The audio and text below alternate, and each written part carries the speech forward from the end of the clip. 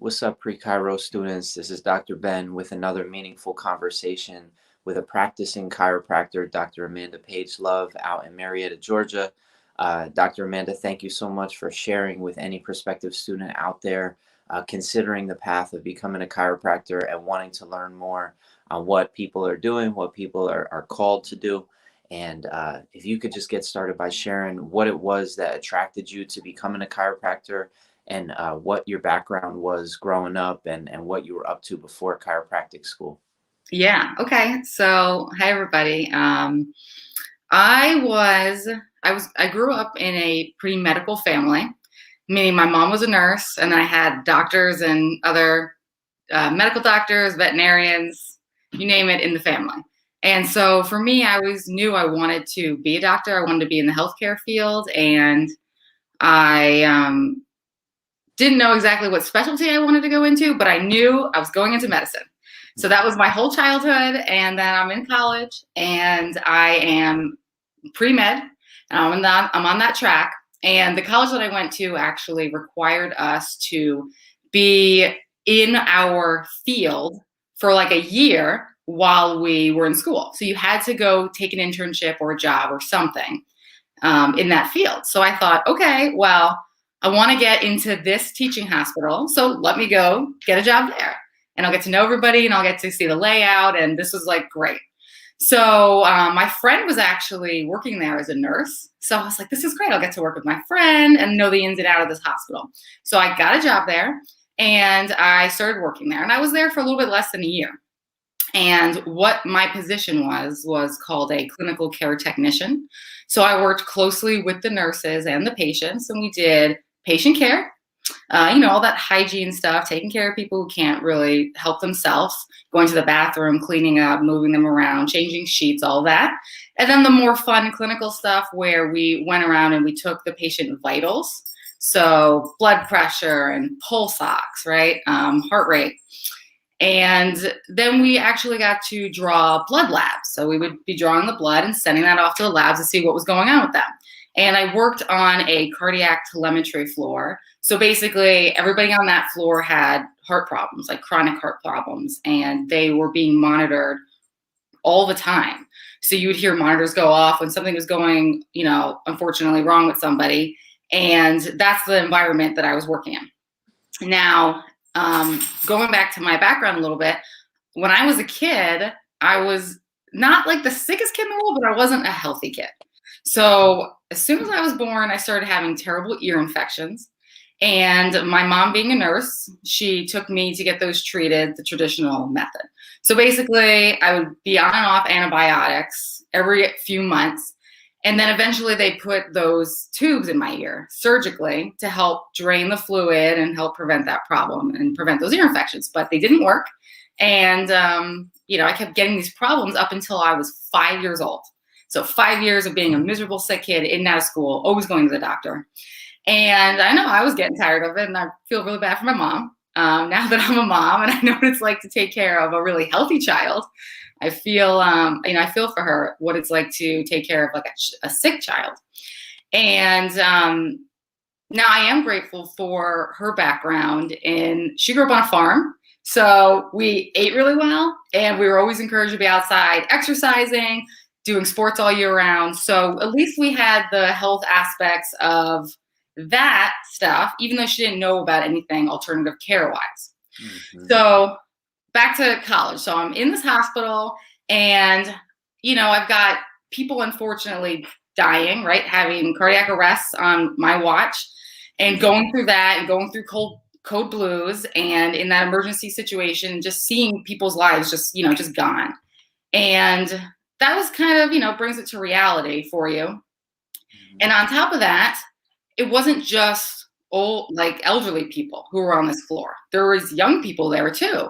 And they were there for weeks at a time sometimes. And they're depending on us to get them well. And I'm all in to get them well. And eventually I just started noticing that they weren't getting well, some of them, right? They'd be gone, they'd be back in the hospital, and then they'd come back. And we'd be giving them their medications.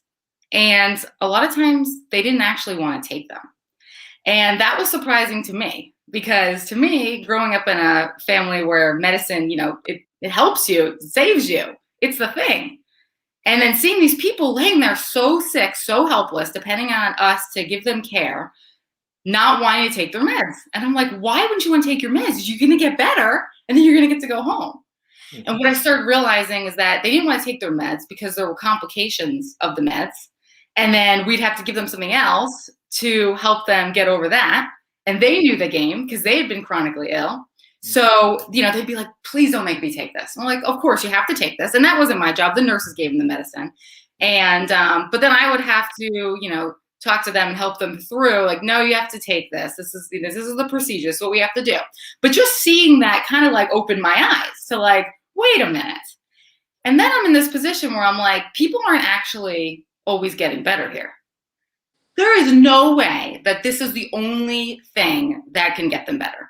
Like, how did they even get here in the first place? Why are they so sick? Why is their heart so sick and this other person's heart isn't? Right? Why is it this is their only option? So all these thoughts start occurring to me. And I, of course, now I'm doubting this field that my entire life I held up on a pedestal. Mm-hmm. So now, that's if I maybe had been working on, in the emergency room, I think it would have been a totally different experience, right? But these were people with more chronic health issues that, I had no idea why they weren't being given other advice and other things so they didn't get to this place. Mm-hmm. So I'm like, okay, I'm at a crossroads. I need to figure this out. I'm in my junior year of college. I have to figure out what I'm doing in my life, and I'm not sure this is it. So I start Googling, what other healthcare professions are there out there? I don't even really know. What other doctors are there out there? Let me look these other fields up. So in my search, one of the top professions that pops up is chiropractic. And I'm like, okay. I heard about chiropractic a couple of times because I remember my brother got in a car accident a few years back, and my mom said he would go to the chiropractor and he was doing better. I'm thinking, okay, so far so good. Let me research this thing. Mm-hmm. What does it say online? Natural healthcare doctors that work with the spine and the nervous system. They work with the body's natural ability to heal by helping the communication between the brain and the body and restoring the natural order and natural ability for your body to heal. I'm like, wait a minute. That's right. There is a natural way. Your body is supposed to heal. I know that. Like, even though I had certain complications as a kid, like, I was healthy in so many other ways. I didn't have any other health problems. So that was kind of just like a thing for me. And I'm thinking, this makes a whole lot of sense. I need to look into this. Okay. So let me look for all the jobs in the area that I can do while I'm in school as a chiropractic assistant. Mm-hmm. Well, I apply for 3 jobs that were right in the area. One person, he gets back to me right away. I go to his office that week for an interview. And, as soon as I walk into the office, I was very impressed. It's the nicest office of any doctor I've ever been in. It was calm. It was beautiful. It was clean. There was a waterfall in the lobby, a waterfall fountain, beautiful music. It smelled great. Everybody was friendly. And I was like, this is really different than, being in a hospital. So let's see what's going on here. So I'm in there for my interview, and to be fair, I may have pretended that I knew a little bit more about chiropractic when I went in for that interview because I really wanted to get the job. So the doctor, the chiropractor, is showing me around and talking about all these chiropractic things and anatomy terms that I didn't know yet, and kind of just saying, well, what do you think about this? What do you think about this? Do you see this? And I'm like, yeah, that's good. Yep. And so I'm just being real confident so I can make sure I get this job so I could see, what is chiropractic? I got to get behind the scenes here. Well, little did I know that I stepped into a network chiropractic office, which is very different than traditional chiropractic or structural chiropractic techniques where you are manually adjusting the bones.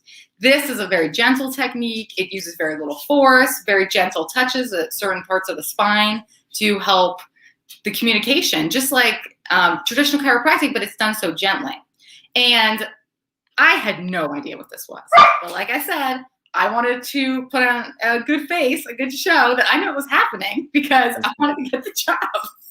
Mhm. So we walk into one of his rooms, his adjustment rooms, and it's a big, beautiful room. It's got 5 tables in a circle, nice, calm music, and there's 5 people laying down. And he goes, "Okay, watch this." And he says a bunch of stuff. I have no idea what he's talking about. And he goes over and he does these gentle touches 2 or 3 times on each person, going around in a circle. That's my pup. Mhm. Just lay down, Coda. And what do I see? No cracking, twisting, or popping. What do I see is people start breathing really deeply. They're just starting to get really relaxed. I see their bodies like expanding with breath on the table. And then the next thing I know is that people's bodies are like moving. There's like a wave-like motion going through their spine, kind of like they're doing the worm, except none of those people could do the real worm.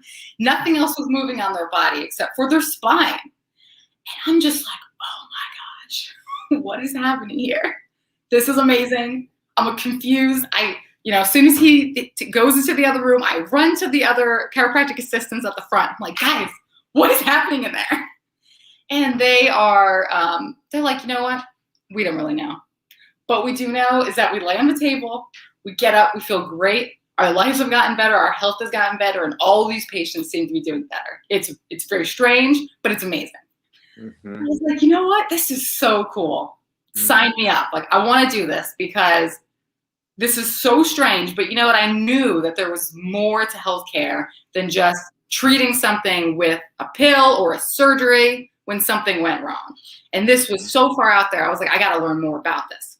Mhm. So I got hired right away. I was so happy. And I spent the next 9 months there. And what I could see is like people would come into the office and they would leave totally differently, right? They'd be in a better mood. They'd feel better. Their posture would be different. They'd be walking better. And that was really great for me to see. And then, of course, over time, over their care plans of chiropractic care, they would be getting better and better. And whatever they'd be coming in for would be getting better. But not just that, their other quality of life areas would be getting better too. So what was really awesome for me is working there, I got to learn a lot of stuff about, how a chiropractic office runs. And I got to be under care too. So 2 to 3 times a week, I would lay down at the end of my shift and the doctor would work on me too. And what I started noticing over time, 3 months, 6 months in, 9 months in, is my life totally started to shift. I was in college, right? And all of a sudden, I started exercising because I wanted to, because it felt great. I started eating differently when I would go to the dining hall. I would just start eating these big salads and I was drinking more water. And all of a sudden, I didn't want to go to parties as much. I wanted to be healthy, and it just came to me naturally. It was the first time in my life I was on a lifestyle plan that I didn't have to try for. It just happened. And, I lost weight. I was feeling great, best shape ever. And I'm like, this chiropractic stuff is amazing. I am just turned on to this, and it is like turning me on back to life. I feel like I'm more alive and vibrant than I've ever been. And this is amazing. So I have to go do this. So entering chiropractic school, let's do a deep dive for any student that's wanting to learn more about the approach that you just described, called network spinal analysis, somatorespiratory integration, the seasons of change, the reorganizational healing. What did you do in your path to begin your training in this? Because it's not taught necessarily in the curriculum, but it does exist on many different campuses. Can you just describe the training that you undertook, some of the different topics that you studied, maybe so that a pre-Chiro student could start to study these things today? Okay, so when I got into school, basically what I did is I looked for the club that was on campus. So it was a network spinal club. And these are during lunch usually or after classes are over at the end of the day. And there's like a faculty sponsor that runs it, but really they're student run clubs. And so I got involved with that right away. And, when I was there, we got to receive the care, which is always helpful. Like if you want to learn something, receiving it yourself is huge because it's you're learning in a kinesthetic way, right? You're receiving it, so it's going to be easier for you to learn it and do it on somebody else. And then they have the seminars that you can go to with the company that teaches it. So we would sign up for the seminars, and basically there's levels of the seminar. So you start off in the beginning, there's a basic. And then you learn all the stuff on like how to do it and where to put your hands and what to be looking for.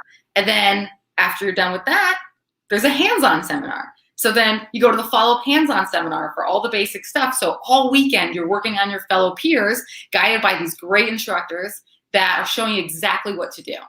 And so then you go up the next level. When you feel, ready, then you're going to go to that next level, that more advanced seminar. And then you're going to learn the more advanced stuff. And then there's another hands-on that you can do. Mm-hmm. And there's certifications that you can get along the way as you learn this work and you get proficient at it. Mm-hmm. Can you talk about the student clubs? You said that you go to seminars, you come back and you practice together. Are there any other activities that we can provide insight for any prospective students with that were particularly helpful for you along the path? Did you have a particular group of students that you worked with consistently throughout school on this, or was there anything that you did outside of the curriculum to really develop yourself? Yeah, so I mean, most of it, especially when it comes to network spinal, was outside the curriculum because it's not taught as a class. So I went to Life University, and it's not taught as a class until you get into the older quarters, right? Until you're further along. So that's not an option when you're first quarter, second quarter learning and wanting to learn about this like I was. So you can go to the club as any quarter student. In fact, I think I remember dragging a friend there who's actually in the pre-DC program.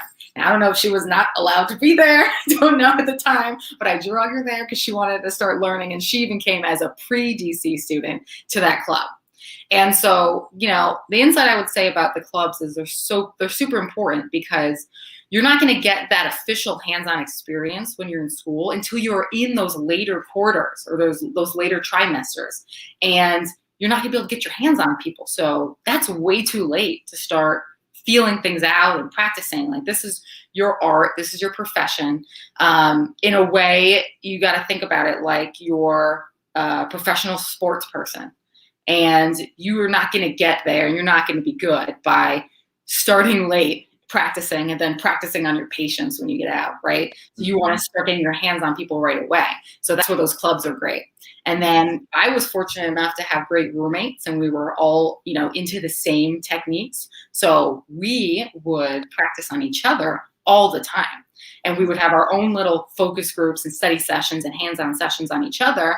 And, we'd come back from the seminars, we'd come back from club, and we'd go over it again and again and again, because that repetition is what really helps it become ingrained in you, so you can actually start to get really good at something.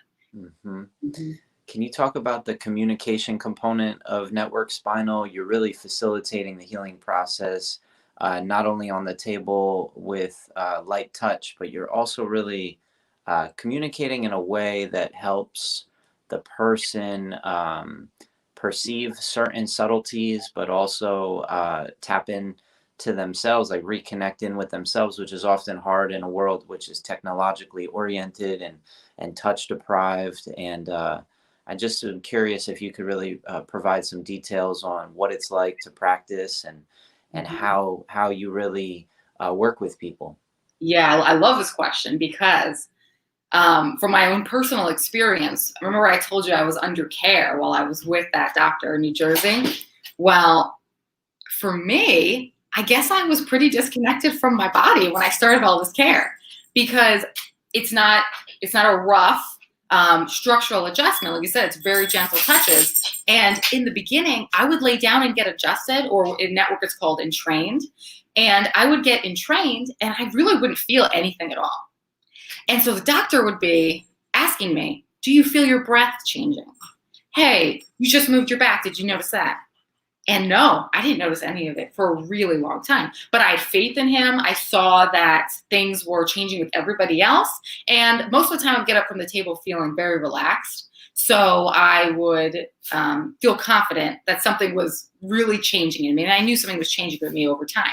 So because I had that experience with myself, now when I'm working with patients, the first thing they do when they're laying on the table the very first time and I'm feeling their spine, I actually walk them through, hey, do you feel this area right here? What does that feel like to you? Because to me, it feels like it's tough and it's hard and it feels a little disconnected here or tight here. Can you tell the difference between this spot here and then this spot here that's actually more at ease?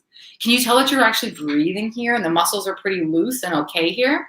Well, over time, we want your system to actually integrate better and to communicate better between the body and the brain, and so that your body can more efficiently process out the stresses in your life. Those chemical, those physical, and those emotional stresses are being stored in your body. So what our job is to help that communication to be more efficient between your brain and your body, and you're going to be feeling better. Whatever you came in with is likely to get better, and your overall quality of life is going to get better because your body's going to have all this extra energy that it was spent dealing with that trauma that your body was just holding on to, and that's going to be able to be integrated and released. Now you're going to have energy for other things, like waking up early in the morning and working out. That's what happened to me, right? Mm-hmm. So we communicate that. Did I answer all of that? Yeah, you did. Can you share the level of impact you've been able to have on people's lives, and what the experience is like being in practice for years? Because I imagine you didn't just get out. Can you reflect on just the level of impact that you've been able to have in practice as a chiropractor? A lot of the times I think that people are going to be looking at this profession and wondering, what's it like in the real world? How does my lifestyle look? How does my work-life balance look? And if you could just shed a light on the type of life you've been able to lead, but also the type of impact you've been able to have with people. Okay, so impact-wise, it is incredible the things that being a chiropractor it does for your patients, right? Chiropractic is amazing. And the longer that I'm in the profession and the more people I see and the more cases I see and things that are going on with them, the more things I say, oh my gosh, this can help with this too. And the reason for that is that we're not actually treating anything other than the body's ability to be able to better communicate between the brain and the body, and then all those functions. So we're not just talking, back pain, neck pain, headaches, right? Those are dysfunctions in communication often. So when you adjust somebody, those things clear up. But I'm also talking about just overall body function. So you'll see people coming in with issues with blood pressure or issues with asthma, especially in kids, ear infections, right? I didn't get to wrap this all in, but I'll say it now that I was still having ear infection problems in high school and in college. Those things didn't clear up because my body still had that stress in it that it wasn't able to clear up, and the drugs didn't do it. It didn't help me clear up. So when I started seeing that chiropractor is when my ear infection finally ended for good, right? So that's another thing that we see with people clear up and people get better with. Some of the cases that you see are just amazing. People will come in with back pain and knee pain. And then the next thing you know, they say, hey, I'm sleeping so much better now. I used to not be able to sleep at all. Or my indigestion and my acid reflux is completely gone. Or I was having these issues, right? We've had people with hormonal issues, right? Clear up.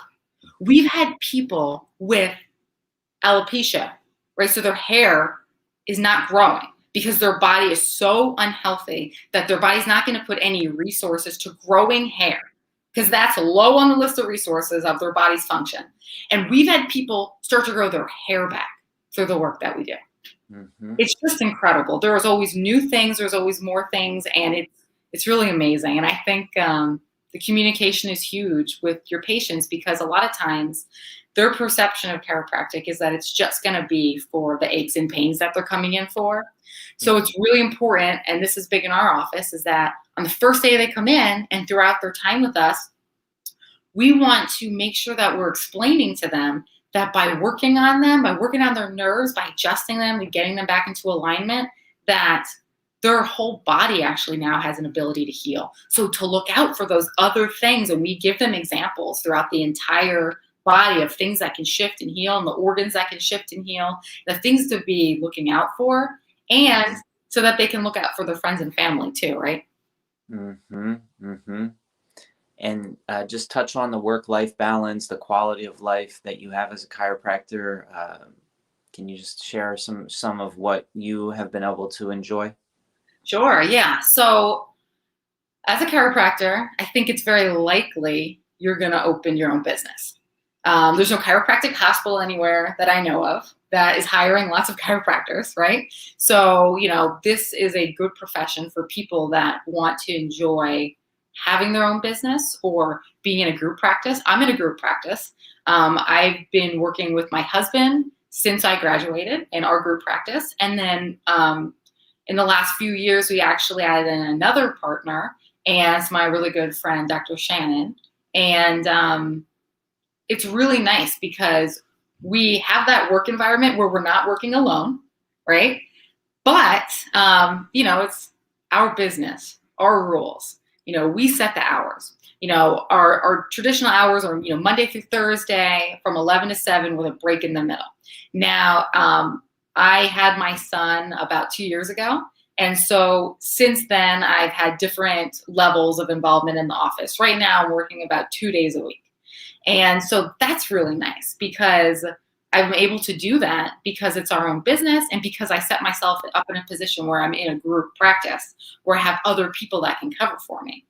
Um, we decided that we didn't want to work really early mornings, and based on the population and like where we live, we started our hours at 11. So that's cool, so we get to wake up and do our morning routines and our workouts and get all that done before we even start the day. So I love that about chiropractic and being able to change your schedule. We've never consistently had to work a Friday. I think that's really cool.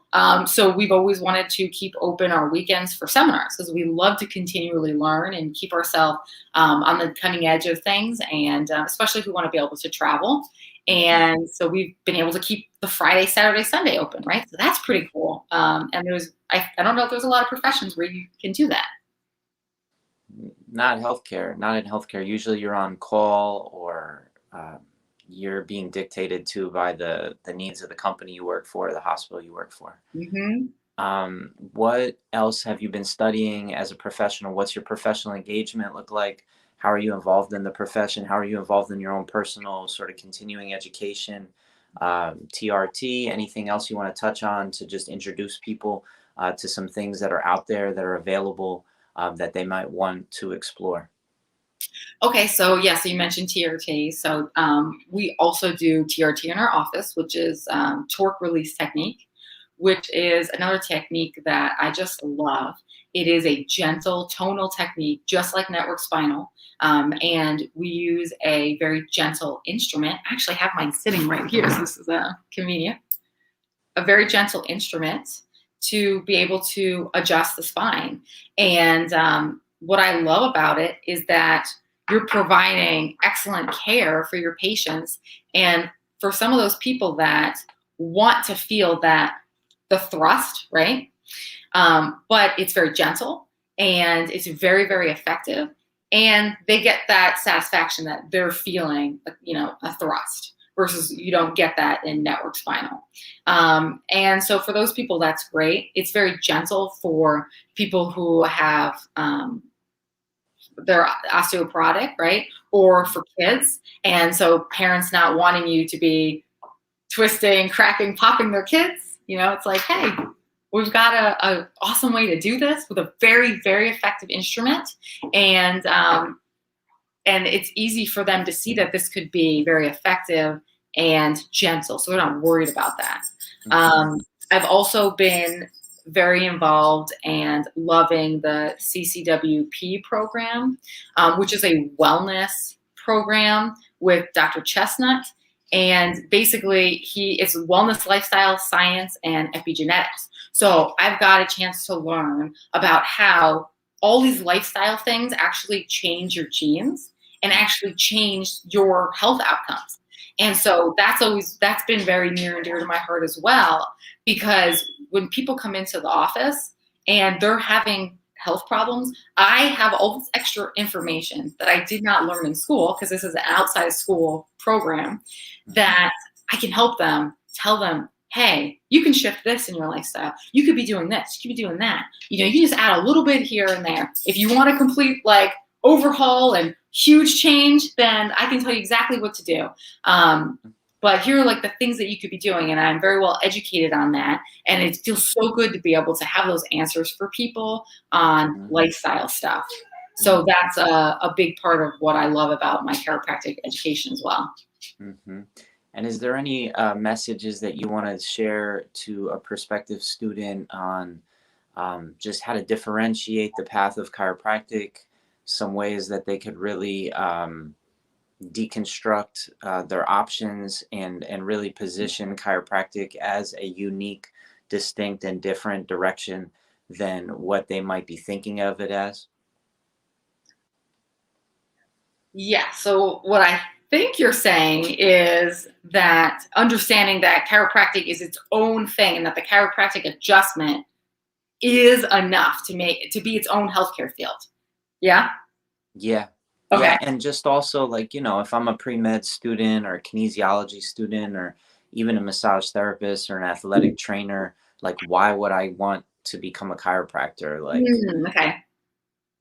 So chiropractic is very unique from physical therapy, um, because we are working with understanding the communications of the nerves in the body. And if there's anything interfering with the communication between the brain and the body, then you're going to have dysfunction in the body.